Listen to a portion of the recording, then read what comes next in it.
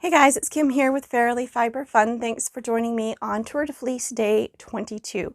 Today is the last day that I filmed any spinning, and all I did was ply. So the footage is not a whole lot. It's just plying a lock spun yarn.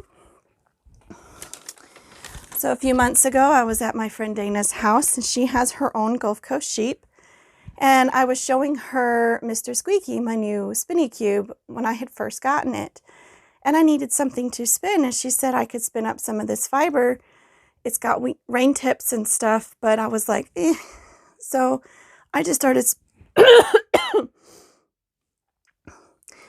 started spinning straight from the wool, like this. No prep at all, just spinning. Which is typically called lock spinning. Spinning straight from the fleece. It was an interesting experiment. I was going to finish spinning that, but I couldn't make myself. It makes such a mess because veg matter goes everywhere. So I filled up one of these bobbins, almost completely full. This is the Spinny Cube Art bobbin. And I have over 7.5 ounces of 2-ply between these two skeins, which would not all fit once plied. It didn't fit back on the same bobbin. So it's got little curly cues here and little bits of texture, little tips hanging out. That's actually a pigtail. And it's thick and thin and kind of crazy. But it was interesting and it was fun. And I was very happy to get it plied up. So the only thing I did was the plying. And so there's not a whole lot of footage today. It's a short video.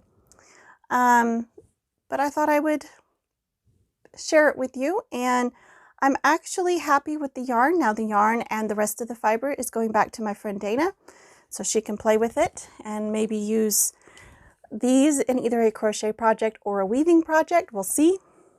Anyways, I am looking forward to seeing her soon. I haven't been able to see her in about 2 months.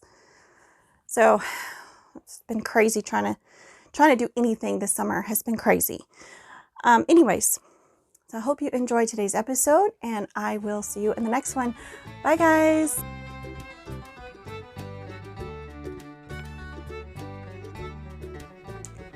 Okay, so the reason this video is so delayed and the reason I look so exhausted in the intro is because I've been sick for the past couple of days with a stomach bug, and I have not been sleeping well, and I just, like yesterday, felt like crap all day long. Anyways, I am feeling much better today, although I have not tried to eat yet. It is morning on the 26th, 27th, something like that. It's Tuesday.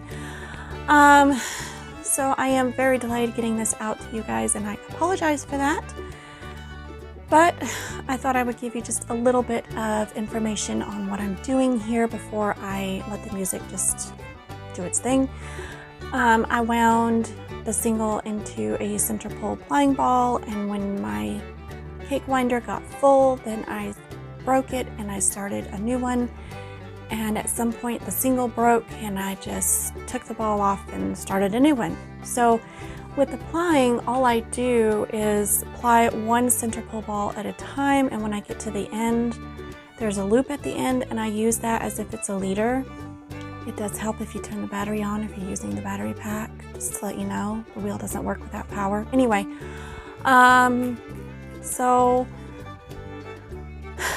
it's super easy. I just treat the end of the first center pole plying ball as the leader for the next one, and it makes a slightly bulky spot, but I really don't care right now. Sometimes I do it different, but today that's how I did it, or on the 22nd.